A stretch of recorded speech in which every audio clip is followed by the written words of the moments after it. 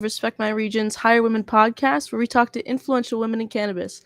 On today's show, we have the pleasure of speaking with Maha Haq, a business professional who's ascended the cannabis supply chain network, educates and empowers the next generation, and creates positive change through nonprofit work. Hi, Maha. How are you today?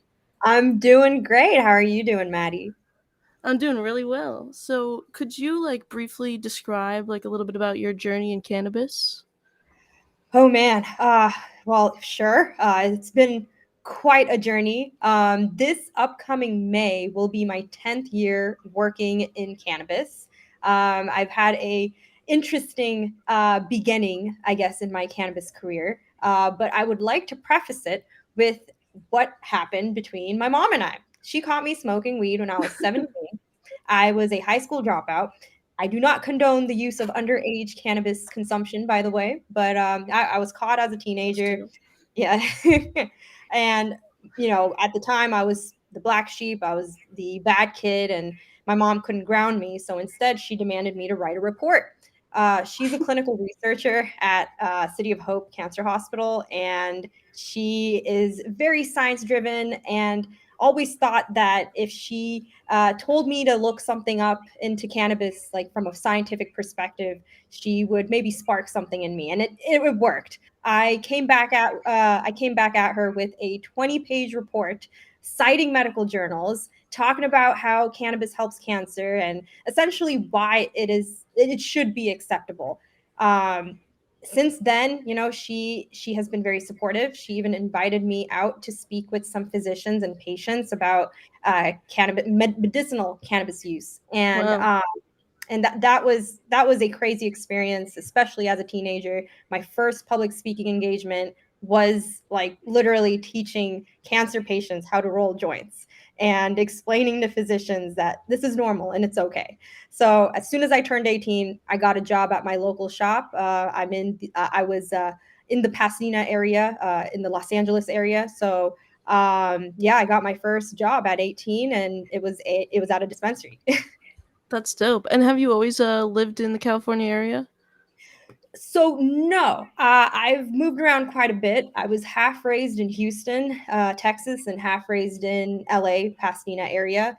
But I did all of my high school, my college in LA. That's dope. How do you think living in LA has influenced your career? Ooh, so honestly, if I lived anywhere else, I would have not gotten the same exposure as I did. I feel like the Los Angeles market in general, was the most progressive at the time, especially during the medical days, the pre-ICO days. Like, it is also slated to be the largest market in the world. We have a very great opportunity in the city of LA, but unfortunately, I don't think it's caught on in comparison to other cities yet. But especially prior to the transition into adult use, there was a lot of activity in Los Angeles, and this will be the eventual hub of cannabis. Wow. That's amazing. And you said you went to college. You went to UCLA there, and you founded something called Cannaclub. When did you do that, and what inspired you to make that? So I first attended community college at Pasadena City College, and I transferred to UCLA around in 2016. And as soon as I got in, I wanted to start a cannabis student organization. Just because I was a non-traditional transfer student, I couldn't find my footing. I didn't really fit in with a lot of the clubs that were offered on campus. I really tried, but at the end of the day, I'm like, I need to make my own thing, and I should focus on something I'm really passionate about. And at the time, I was working full time at a shop, and I wanted to combine my work life, my career, with my school life, and in an effort to find like-minded individuals. So the first round, at least at UCLA, when I tried to start the club, it wasn't approved. It wasn't approved several times when I applied until 2018, and that is when adult use was passed. So the argument behind that was the argument I had was, there's a wine club, there's a brewing, like beer brewing club. Why can't we have a cannabis student organization? So 2018 is when they could not refuse me. It was legal. in the state of California, and that's when it happened. So 2018 is when we were officially established, and we were the most popular club for some time, and we grew exponentially. We're at 26 universities now. But yeah, our three pillars are education, advocacy, and opportunity. So we do educational events and informational panels. We do a lot of advocacy work around social justice and reparative justice. And our opportunities bit is about networking and sharing jobs with each other, connecting students with great jobs in the space, and connecting these cannabis companies with top talent from top tier universities. So that's what Cannaclub's about, man. It was the best time of my life starting that. It was so fun. That sounds so cool. I would definitely want to be a part of that if I went there. Definitely. We have one. We have one in Florida. If you're around, we've got one at University of Central Florida. I literally went there. So it's very underground there, just because Florida is still a medical state. But yeah, there's a Cannaclub chapter there. Oh my gosh, I should have known. You know, it's funny though. I had my own. We made like our own fake frat, but it was like it wasn't affiliated with UCF at all. But it was just like a bunch of my friends, you know, and we got together and we would do our own thing. And there was like it was definitely centered around like cannabis and like partying, but also like you know, get in the bag. It was so fun. It was like 30 of us. It was crazy, but like I can totally, you know, see myself in a club like learning about cannabis and doing all that. That sounds like so fun. Like Yeah, what's not fun about it? yeah. So like when in the club, like was there like did you have people come in like and talk to people about like the industry and stuff like that? Yeah, we had guest speakers. It's kind of funny. The first panel event that we organized, we kind of put it together last minute, and kind of had to put myself on the panel just because we didn't have enough speakers. But ever since then, like, people saw the turnout. The entire room was filled, and it was a massive presentation room too. So that's when companies started, like, seeing us after attending some of our events, and they were like, we need to get involved. So instead of us looking for speakers, we had our email inboxes flooded with like requests to speak on campus. And like, it's super prestigious to even speak to a club like at a Right. university. So it served as a mutual opportunity. It was so mutually beneficial. Yeah, but we would have speakers. We would bring in high level executives, all the way to a recently graduated alum who can give advice. So we bring a full spectrum of people. We don't just limit it to only the CEOs and only students, but we had the entire spectrum, just so students can get exposed to what sort of career opportunities there are and what kind of path they can follow if any of them resonates with the students. So yeah, it worked out very well with the speaker finding speakers. Yeah. And that's so cool that you have something in Florida. Do you guys plan on doing any more things in Florida? Oh man, I hope more schools get on board, but with my new job, I will be visiting Florida soon, so I might scope out some schools if anyone reaches out from them. It would be so cool to be at in Miami and Tampa. I know activity is pretty cannabis activity is very prevalent in those areas. So yeah, if there's any students listening, I'm here to help. You want to start your own Canna Club? I got the tools. Let's do it. That's that's literally so dope. Now that you've gone from like doing that, you've progressed in your professional life as well.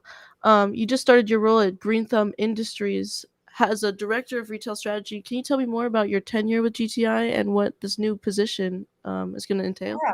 So I started off as a consultant for GTI through my consultancy hospitality. I very much focused on their Western locations, so their Nevada dispensaries, the California dispensary, as well as their consumption lounge projects. But as of December, I officially joined the team. My business partner and I, we essentially let go of our consultancy and are now participating full time with GTI. GTI is probably the first corporate cannabis company that I am a part of. I never worked at a corporate style company before, so or a corporation like GTI before. So this is very new, but it's very impressive to see how far cannabis has come. I would have never expected there to be a corporate style business in cannabis, and I am being proven wrong almost every day just because of how structured it all is and how expansive it is. So some of my functions include overseeing all of our dispensary locations. At the moment, we have 72 that are operational, and we will be having a total of 85 soon and growing. So I get to work on post-merger integrations. I get to do a lot of strategy, of course, because it's in my title. So figuring out what the best move is, what new markets we should look into, what are some innovative solutions to improve the retail setting for our customers and our employees. So that's a little bit of what I'm doing, but the fun part is the consumption lounge stuff. So we just opened a consumption lounge in the suburbs of Chicago, Rise in Mundelein.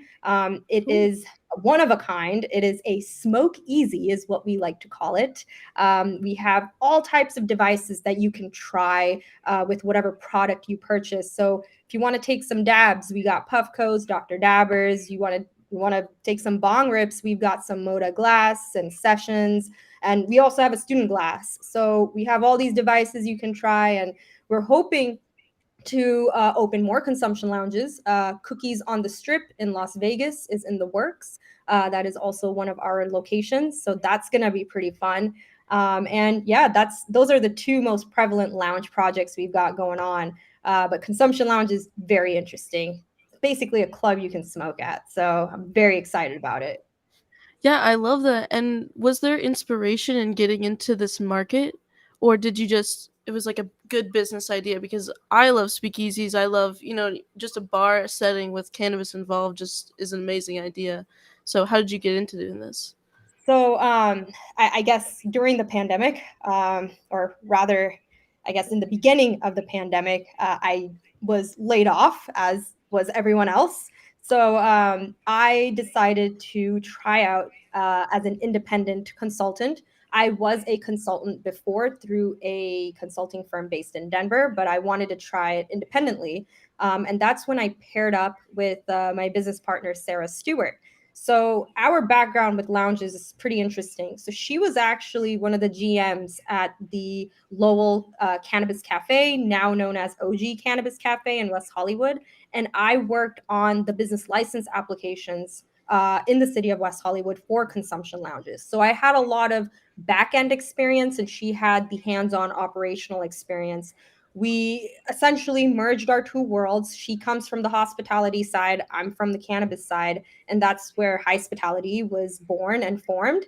And we worked with 5 licensees in West Hollywood, consumption lounge licensees in West Hollywood, and one of them was GTI. So they became one of our clients, and they ended up really needing us quite a lot more than we expected. So it was natural for us to join them full time. But that's how it started. I got to work on the applications in 2018, and my business partner worked at the cafe when it opened in the end of 2019.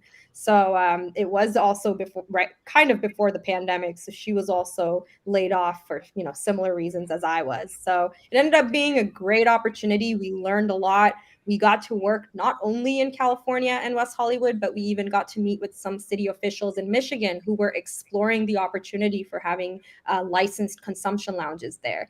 Wow. There's other states coming on board too, and it's an interesting concept, and it's the newest sector in cannabis. So that's really what drove us in. It's new, untapped, and needed, I guess, people with experience from both the back and front end. So we took advantage of our experience and made it our own for some time, and now we're getting to work on it and open some.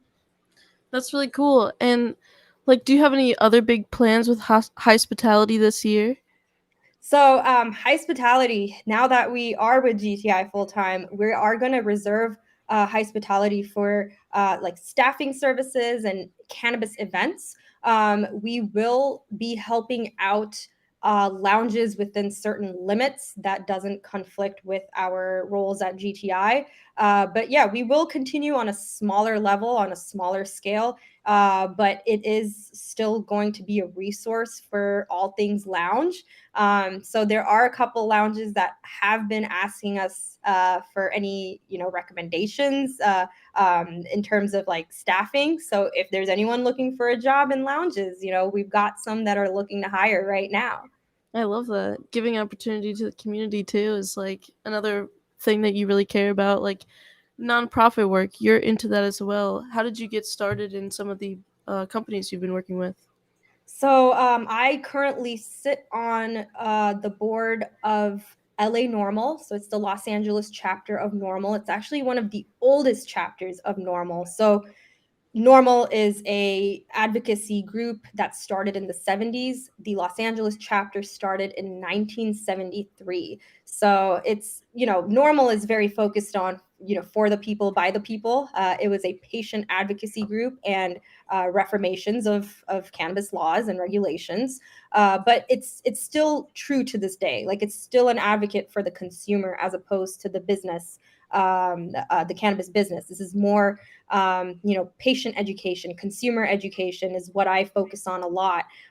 Another big initiative that I'm working on through LA Normal is SB 34. It's a bill that allows cannabis brands and retailers to distribute free free cannabis products that are expiring or that are expired to patients in need. So Hmm. it's a really good way to mitigate cannabis waste, and you're also giving it away for free to patients who absolutely need it. So it's a really feel good program that we're working on, and it's beneficial for public health and beneficial for being sustainable. So that's been very great. And we also hosted an event on Sunday where we welcomed the Senate candidate from Louisiana, Gary Chambers. So that was Mm. really cool. We get involved in some of these, public reform and political sort of events sometimes. But I'm going to put it on record. We cannot endorse any political candidate, and but we did have a good time seshing with him. And then the second nonprofit I'm on the board for is the Cannabis Chamber of Commerce, which is pretty different from LA Normal. The Cannabis Chamber of Commerce, as any chamber of commerce, is business focused. It's very, I guess, prioritizes the development connection of different cannabis businesses in that specific area. We do a lot of informational events pertaining to licensing, compliance, business development. It's also just really a congregation of executives in the space who like to get together and really want to network with each other. So both have its own flares. Some aspects are similar, but I'm happy I get to do both. So I'm director of education at LA Normal, and I am a chairperson at the Cannabis Chamber of Commerce. So it's been fun. I like it. Nonprofit work is always good to do, just because you get to meet all the different people who are also participating in similar initiatives as you, and you get to tie it in with your job. So it Right. works out. Yeah. And with all of this, like, what is the biggest challenge? Like, obviously, COVID came in and caused a big rift, like laying you off and stuff like that. Like, what is the biggest challenge you've overcome with your career in cannabis, would you say? Oh man, so this is always a tough question to answer because there's so many issues within this industry as a whole, but personally speaking, like some of the toughest things I think I had to go through is like blatant discrimination. Like I think me being a woman in certain areas or certain like shops that I worked at or certain companies that just only had males, like it was really tough getting by. Like there's been situations where I've been, I don't know, like I don't know how much I can say, but it's like true disrespect from like men, and being looked down because I'm a woman. Being a woman of color has also not helped my case in several situations, but I have seen that diminish obviously like through the years, but in the very beginning it was so tough. Like it was a boys club at some of these places. Like one of the shops I worked at, they only had female bud tenders, and like management were males, Mm-hmm. and they would like, I guess, essentially force us to wear revealing clothing just so we can make more sales. And I had to kind of deal with that for some time until I kind of put my foot down and try to make change, and the change eventually happened. So I'm proud that I got to implement ethical change, as it pertains to the treatment of the female employees. But it happened at the next company I went to. Like I feel like it's almost never ending, but it's gotten extremely better now. But I think just being a woman in the space in the beginning, like 10 years ago, was just not a good time to be a girl in cannabis. Yeah. It doesn't sound like it. And so would you say like now as you're seeing like the industry grow, do you see like more women, or would you like to see like way more women like in the circles where you're at? So like there's always a need for more women. I'm all about it, especially women of color. There was a stat from MJ Biz Daily that I read quite a while ago, that discussed how there is an increasing amount of women in leadership, but because of the pandemic, it did go down. A lot of women-owned businesses did lose their businesses essentially, or their license, because they couldn't keep up with it. So I think it's always great to include more women, but the struggle is still prevalent. When you're looking at these MSOs, even the MSO I work at, all these CEOs, CFOs, executive people, they're men. There are women-owned companies, but they're not as big as these massive conglomerates. So that's what I'm hoping to see. I want to see a woman-owned conglomerate, a woman-owned MSO. That would be a game changer. And I'm sure like there are some women that are headed that way, but we could use more. For sure. And it's crazy to like see that this industry is changing, you know what I mean? So like what we think is so rapidly, but like 10 years ago to even think that like there's all this stuff happening in cannabis, and then here we are today, right? With these huge MSOs and this huge industry and all of this opportunity, and it's like where are the women? We need them. We need to see them Yeah. everywhere. Man, Um we're talking about hire women, man. Hire some women. exactly. This is what it's all about, because we want to highlight like hire women in cannabis. That's what it's all about, like giving people a space to talk about like what they're doing, and give them a platform to talk about like the important things that are often overlooked because of the male dominated industry. So here we are talking about the things, and I'm excited to be here. Wow. I, um sorry, yeah. go ahead. No, you're good. I was gonna say, so congratulations on getting your master's, and you're on your way to your doctorate, correct? Not yet. I Okay. was, but I did graduate with my master's last year. I was going to do my doctorate like right after, but I decided against it. I do want to get back into it and do focus my doctorate on like pharmacology, pharmacological sciences, behavioral pharmacology. That is essentially some of the things I studied in my master's. So my master's is in a pharmacological science, medical cannabis sciences and therapeutics from the University of Maryland School of Pharmacy. We also have a cannabis student org chapter there as well. And it was the first cannabis graduate program. It was the first of its kind in the nation. So I was part of the pilot program. I was the first cohort. So I really got to see the ups and downs of it. There was definitely some gaps in some cannabis information, but I think that was the point of it. Like we're going to approach it from a pharmacological perspective, and then how do you apply cannabis to it? So there was growing pains, but I do foresee more schools adopting a program that would include a cannabis specialty in it. So it was a great opportunity to be part of the pilot program. It's still going strong. I have some friends that are still in the program, and it's going well. But Yeah, I do hope to do my doctorate someday. Maybe I'll go back to UCLA Cannabis Research Initiative. I used to work there as well while I was at UCLA. They are currently doing some really cool studies on a cannabinoid effects on regular users. That's one study, and then there's another study, a terpene smell study. I'm not too sure about the details for that, but they have some funding finally after years since launching in 2018. So that would probably be somewhere I would like to go to do my doctorate, but they don't have enough funding yet to do a program like that. But when they do, I'll probably be there. But in the meantime, I'm going to pick up some operational experience at GTI.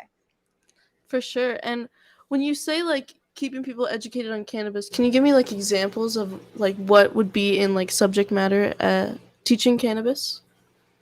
Like So, sorry, go ahead. no, just like from your perspective in like the college. So, so one of I guess one of the side jobs I have is I'm a lecturer at Oaksterdam University. It's the first vocational college, or not college, but vocational school that teaches cannabis topics. So if there's vocational schools that are pushing this material, it's natural that these accredited institutions like UCLA, like NYU, and all these other schools will pick up the topics. So they're like, ever since I would say like adult use legalization in California, a lot of schools in the UC system, in the public school system, have picked up cannabis classes. And I also like to think that having a cannabis student organization present at these schools does promote the adoption of such content in schools. So, one example of particular significance was one of the first things that we did at UCLA was host a 5-part Cannabis 101 series. We reached out to professors and asked if they wanted to participate in this. Um, we had a lot of positive reception, and we went through all the 5 classes, and two of those, or actually one or two of those classes, was actually picked up to be an official UC credited class. One of them was a public policy class. We actually asked a public policy professor prior to us doing that Cannabis 101 if he would volunteer to speak for us, and he did. He loved how it all went. He requested it to be an official class with the help of the students. And now it's like offered every other semester, I think. And the similar domino effect happened in other campuses. So UC Irvine, for example, they also have a cannabis research program. And now they have classes for med school and law school. They have one cannabis class in each of those programs now. So there is a gradual adoption that's happening. And I just foresee more schools getting behind it. So yeah. And there's a variety of topics too. Like there's public policy, there's pharmacology, there's medical sciences, there's law. So that's the beauty of cannabis. It's an interdisciplinary subject, so it can be applied in all these different departments. And yeah, I only foresee more education to come. That's awesome. And what drives you? Because you honestly, you have like so many different amazing things that you've done in like your career and your time. Like, what keeps you going in this industry and like keeps you thriving? I love weed. I really love weed, and it's at this, like, when I guess first started consuming, I always thought it would get me in trouble, or it would be something bad or something negative. But I was able to turn a negative into a positive, and I do credit my mom a lot for that, because she did not punish me; she encouraged me to look deeper. So, I I really, I don't know, I just really think that moment, it was so important for me that it was motivating enough for me to keep going. Those twisty toys that you twist and it just walks? I Of feel like it's course. infinite for me, just from that initial moment, where just speaking to 2 doctors and 5 patients, like it was like crazy. Like I was not in any position to do that, and I felt important, and I felt like I was doing something important. So I think that's what really gets me going, is what I'm doing is important, and it feels important to myself. So yeah, man, I the plant is very, very, very important to me. Do you have a specific special consumption method? Like, are you a bong kind of gal, a joint gal? So I do have a bong back there, but I love to dab. I've got my trusty rig right here. I am very much into dabbing solventless. I want the natural dabs. It is, I love rosin. It's great. Ice water hash, all my favorite. It's just a clean hit. It's like I always compare taking dabs to like taking a shot or a sip of like a very high proof liquor. Like, you have scotch on the rocks, and it's like you don't want to mix it with anything. You have to like, treat it a certain way. Like that's how I feel about dabs. But of course bongs are great too. I love flower as well. I think I started loving flower, and then when I discovered dabbing, I'm like, oh, I love dabs. It makes me feel a little less heavy too, because I feel like if you smoke like I guess any inhalation of plant material would, kind of, I don't want to say make you feel heavier, but there is more material going into your system, whereas with dabs it's very refined and you're having a straight shot. So that's why I like dabbing. Yeah. I personally like the bong or rolling joints. I have like a whole thing about strawberries. That's why you can see my little strawberry Ooh. back here. So I have like strawberry What's your papers and favorite like strain? it's been hard because recently, like for Respect My Region, we've thought about me doing some like strain reviews. So like lately when I've been smoking, I've been like, you know what I mean, sitting there sipping on it and just really trying to get like what a sense of, I don't know, like, you know what I mean, just like the whole profile. And recently, honestly, I found one that's like good for like two different moods, right? One is slaps. Have you heard of pink slaps before? Ooh, pink slaps. No, I've heard of pink slaps, but not just slaps. Damn, Yeah, that sounds good. it's super good. It hits hard and it tastes like Fruity Pebbles. I don't know if it's this one or the other one I just got, but like it legitimately, you hit it and you're like Fruity Pebbles instantly. It's like Damn. no chance. See, Yeah. I love strawberry banana. That's why I asked you if you liked strawberry strains, I because don't think I've tried it yet. strawberry banana is like, so strawberry banana is my husband's favorite, but now I love it too because we have so much of it. But if you're a strawberry girl, you got to try some strawberry banana. It is so good.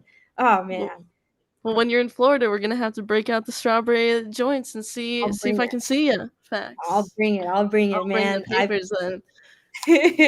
Oh, I'll bring some rosin, some strawberry banana rosin. I actually just, I think last night or 2 nights ago, I dabbed punch extracts, strawberry banana. So good. Very flavorful, smooth, clean hit. I think you would really like it. I'm down. I'm super down. Yeah, anything literally, like I will show you. Like, I mean, even at just at arm's length, right here, we got the strawberry. This, my shoes are on the ground. I have strawberry Crocs. I have just strawberry everything. I don't know what it is, but it just, I'm They're called to the good. strawberry for some reason. Yeah, for real. I made a song called Strawberry. It really doesn't. There's like, it's like an underlying obsession that came out of nowhere. Literally I nowhere. love it. I love it. Well, you got a strain that you got to pair with now. For real. If I had my own strain, that would be it would be something strawberry cross. What would be like Love that. your what would be like a cross, like a strain that you would create, like if you had Pink two? strawberry. Pink strawberry slaps. That would be I dope. like the sound of that. I would smoke Yeah. that. That sounds so Yeah. good. I Oh read about man. these strains like all the time too, and they just have such cool names. And like looking at the history of like these strains, they go like way back, and you can see like in their genetics, they have like Girl Scout cookies over here, Skittles over there, and it all adds up into this like flavor profile, like the indica heavy. Like it's so cool once you really get into like there's like smoking weed and then there's like being in the cannabis industry, like it's like the, you know what I mean, there's the Yeah. immersion, right? And then being like a bud tender too, like that's like a secondary immersion, right? Working for the industry and like being a part of it and seeing that back end, and then there's you that's been through like a ton of like the parts of like the supply chain. What would you say is like your favorite like job you've had, like other than the one you have now? Like what would be your favorite part of that? So, oh man, so out of all the sectors, so that was the thing. My main goal was to try to work in each sector of cannabis so I can get an understanding of the supply chain even better. So, I got to work at, of course, some shops, some grows, deliveries, distro, and the last one I hadn't was an analytical testing lab. So I really try to approach everything, study up as much as I could. But at the end of the day, I really like the dispensary setting. Like Yeah. it's a unique perspective because you're exposed to a lot, including the customer.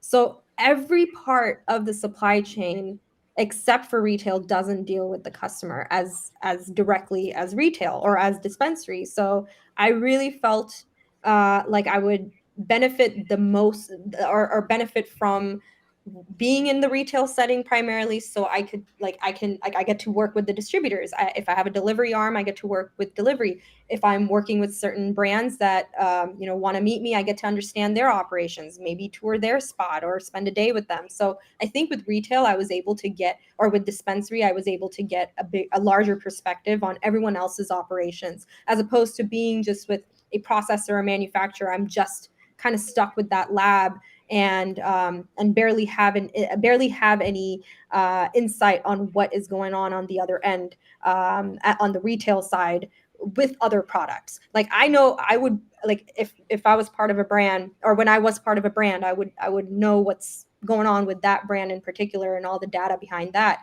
But I was always curious about what about the others. So retail gives you that perspective. I really liked it. I liked that I could study up on that, see that firsthand as well, see the customer behavior, customer journey, and experience, and I don't know, perfect the craft on like what sells and how to push it. So that would be my favorite. I would kind of include that with lounges as well. I think consumption lounges, like I haven't like actively worked as a bud tender at a lounge, but I got to 2 weeks ago in Chicago, train some of our servers and bud tenders and kind of like supervise everything for that week, and it's fun. Like you just get to smoke in a room and like you're Yeah. served. So dispensary, retail side, lounge, yeah, that's my favorite. That's so dope. We had to Yeah. smoke together because I have an idea about a lounge, but not like a lounge in a different way. But I had this idea for like a sushi edible place where it's like there's like Wow. three bars, right? One bar is where they roll joints, but all of the joints are like sushi names, and then on the other side is like all the sushi, right? And then all the sushi has like weed names, so it's like fun like that. And then like all the sushi chefs have like different outfits that show you like what kind of like chef they are, but then they also make edibles, so you could have like sushi with like what I mean, it could be an edible sushi, and then you're at like this like nice little restaurant, and they also sell you bongs. I had this high idea one day, and it just like Love it that. always You had stuck an with me. idea. That's a High great idea. idea. Yes, Wow. but Ooh, like on a somebody should take it. the sushi that goes on the conveyor belt, like have like your weed going down with it too. Yes, literally, like it could be like different strains and like in like clear things, and like the names go by, and then you could see them or you could smell them. You know what I mean? Oh, That'd that's be pretty cool. awesome. Yeah. You know what was super unique about the West Hollywood lounge scene is that's the only one that allows food production in the same area as cannabis sales. That's So dope. that's why West Hollywood was so important and was a priority for hospitality and myself, because they allowed food. These other lounges, including the one that we just opened in Chicago, they don't allow foods. Like Wow. prepared foods are fine, or prepackaged foods would be fine, but there was no kitchen where you can do food production. So, for example, the Lowell Cafe or the OG Cannabis Cafe now, they had a full-on restaurant that you can order food from. You can order a burger and fries, and you can also have your weed. So Heaven. that's what so unique about WeHo, because they're gonna have full blown like food service, and some of these lounges are actually going to prioritize the food over the cannabis, and cannabis is just going to be an embellishment. So there's so many innovative ideas and business plans that are coming out of West Hollywood. So if you're trying to do some sushi and weed, you got to do it in WeHo That's until other cool. I states didn't know pick up. that. Yeah. And it makes, it makes sense, because I was always wondering. I was like, where are these restaurants? Like, where are these weed themed restaurants, coming up? And it's because like they can't happen, or I mean, at least like not everywhere. So I didn't know that Yeah. at all. Yeah. They Puts a don't wrench like in my plans. No. yeah, like, well, we'll wait till we'll wait to see what Florida does. I hope they, and I do foresee Florida being For real. like Always until they hoping for become Florida or to until they become adult use. I think they will start, learning lose. from California's mistakes. I hope. Oh, Oh, Maddie, I don't you know if it's. froze. Oh, you're good Sorry, it now. froze a little bit. Yes, sorry, you froze a little bit. Can you go back? I'm sorry. Oh, no, no. Oh, my bad. I said like I hope Florida learns from California's mistakes. I think they will. Bi-coastal sort of thing. I feel like Florida is going to do some things a little better than what California does. So I foresee that. I hope it happens. It's a poppin' state, and it's also a crazy state. There's a lot of crazies there, It but is. um Yes, you're I'm not here. one, which is great.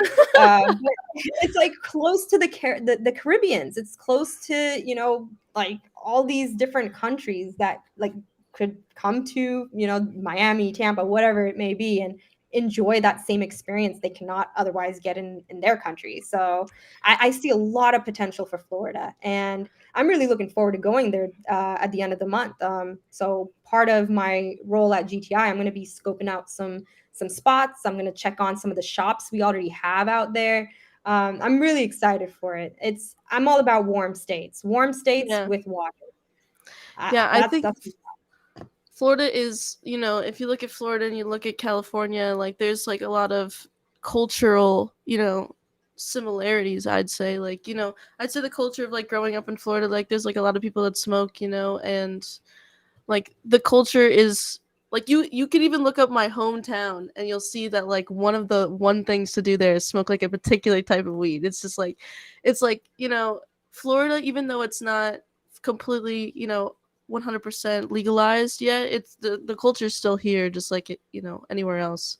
But I'd say that people are definitely like waiting for yeah, Florida to be more than just medical, because I think that we have a great potential, one, not only for tourism, right, but just for like the population itself. I think that there's like definitely like a lot of things that can be done there. So come to Florida. We got a lot of opportunity and all we got that. a sesh, man. We got a sesh. We gotta For we gotta do real. a sushi and weed like sesh. Like that Listen, that has to happen, man. Like now that you said it, you got to manifest it. This is your thing now. It has I to happen. know. I know. And honestly, I believe in manifestation too. And I have it written in my book somewhere that I wanted to start a podcast one day, and here we are. So it's like I totally believe that like Love it. we're putting it out, it's bound to happen, or it will happen. I love I'm it. not Yeah, and I'm not a big person. I'm like very patient too. So I'm like, this could be, 10 years down the road, doesn't even matter. It's gonna You happen. need patience in this space, that's for sure. Oh yes, I've heard horror stories from people, talking about how, you lose everything because there's not a lot of business loans that are offered to cannabis, businesses in a lot Yeah, of areas.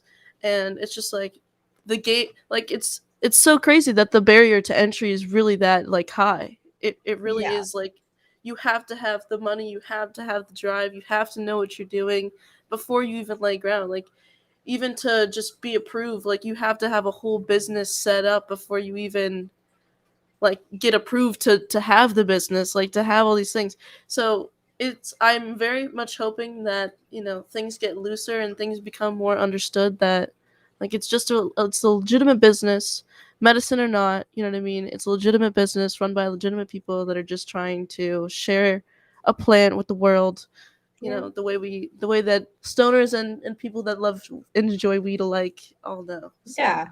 I do hope, like, whenever we do get to the point of federal legalization, that these regulations are, not as tough. Cannabis is treated with such a high level of scrutiny still. So I think so much productivity has been, I guess, bogged down because of that high level of scrutiny and just how things are right now. So I do hope this federal legalization, even like rescheduling of the plant, I think will bring some sort of progression and productivity. But as I was saying earlier, with women losing their businesses in cannabis, like it's such a common thing now. Like people, like women have to walk away, they have to give it up, or just let go, and it really sucks. But patience, that's what we need. We'll get there eventually. For sure. And do you Yeah. think like I don't know how familiar you are with like the psychedelic industry, but that is definitely something that's coming around as well. Do you see it going in a similar direction as weed, or what are your thoughts on that? I don't think it'll be like, I guess, in the same realm of cannabis, just because of how many applications cannabis has, and even hemp. If some people forget hemp, there's so many applications for it. But with psychedelics, I do feel like it's really more alternative medicine and holistic. Cannabis is like, more in at least this is what I think based on business. I think cannabis is more in the realm of liquor and alcohol, but psychedelics, I think, will get to maintain its own flair of a, I guess, of a different type of regulated substance.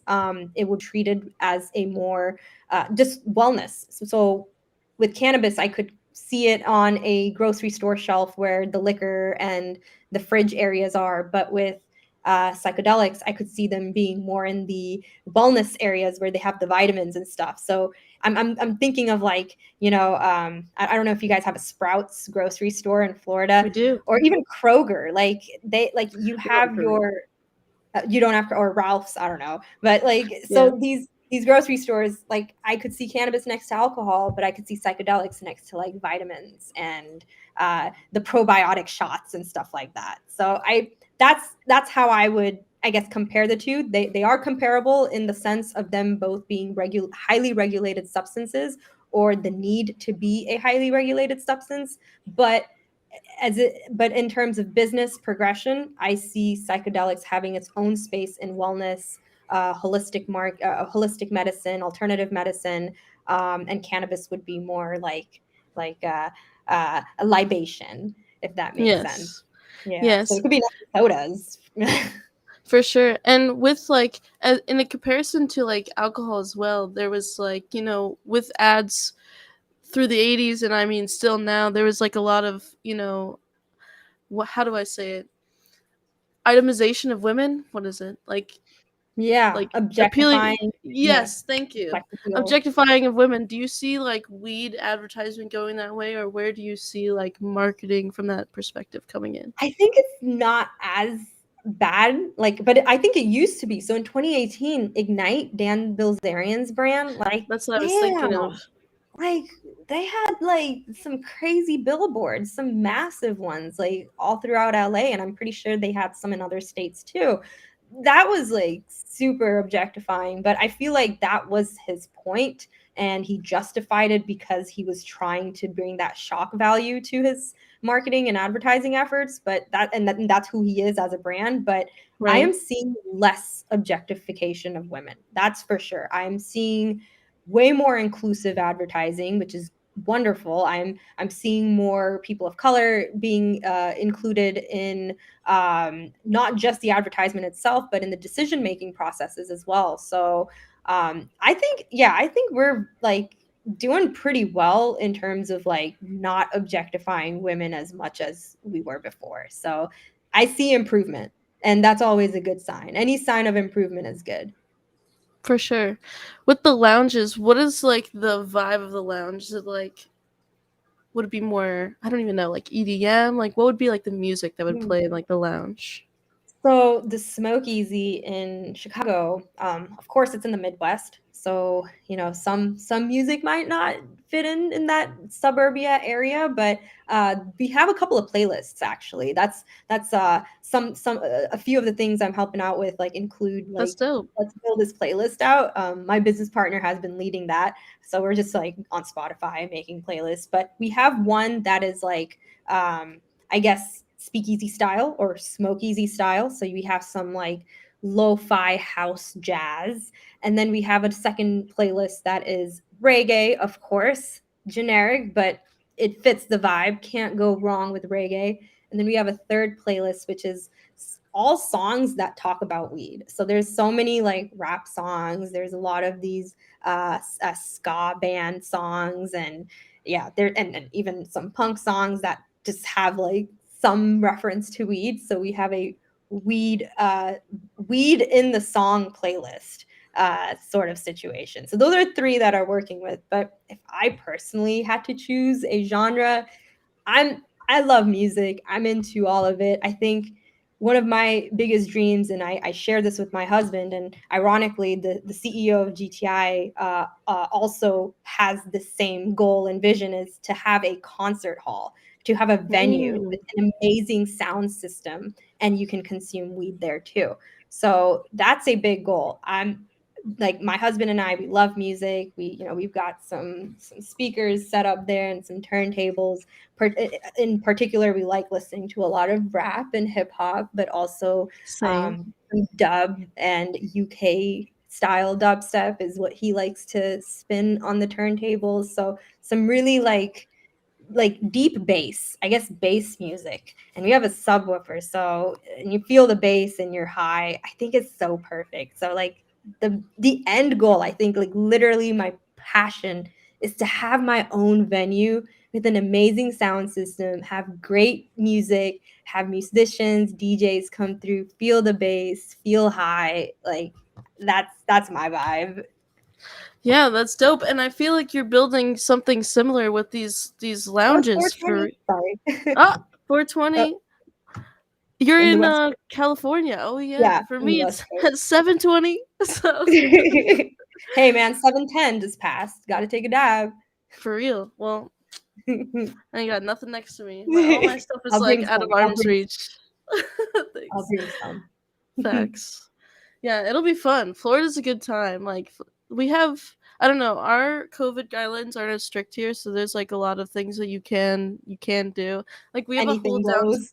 Yeah, pretty much. Like the what Florida is known on the outside is like what you kind of see from like those videos where people are like interviewing people from Florida. They're like, so this and that. It's like yes, like people really do think that way sometimes, but we also have I don't know, my whole thing. I used to go to the clubs. They got good clubs over there. They even shut down like the whole area of Orlando downtown so that the club scene like can be pretty safe. Like they're pretty like understanding of the culture of like what goes on, and like our club situation's so cool because there's no cover anywhere. Like you can literally walk into Nice. any club, and like you go anywhere else in Florida and you'll find that like cover can be like $40, like $60.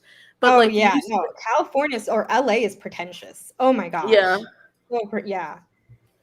I'm And like and if it's and over $20, I'm just gonna chill at home. yeah, exactly. No, man. And that's actually a very interesting model that some of these lounge licensees wanted to explore in West Hollywood. They wanted to have a cover fee. I'm like, don't do that. Don't have a Yeah, cover fee to get in. All of that will be made up by the cannabis products that they'll buy. exactly. Put a value on the actual product and experience you're selling rather than just entering the place.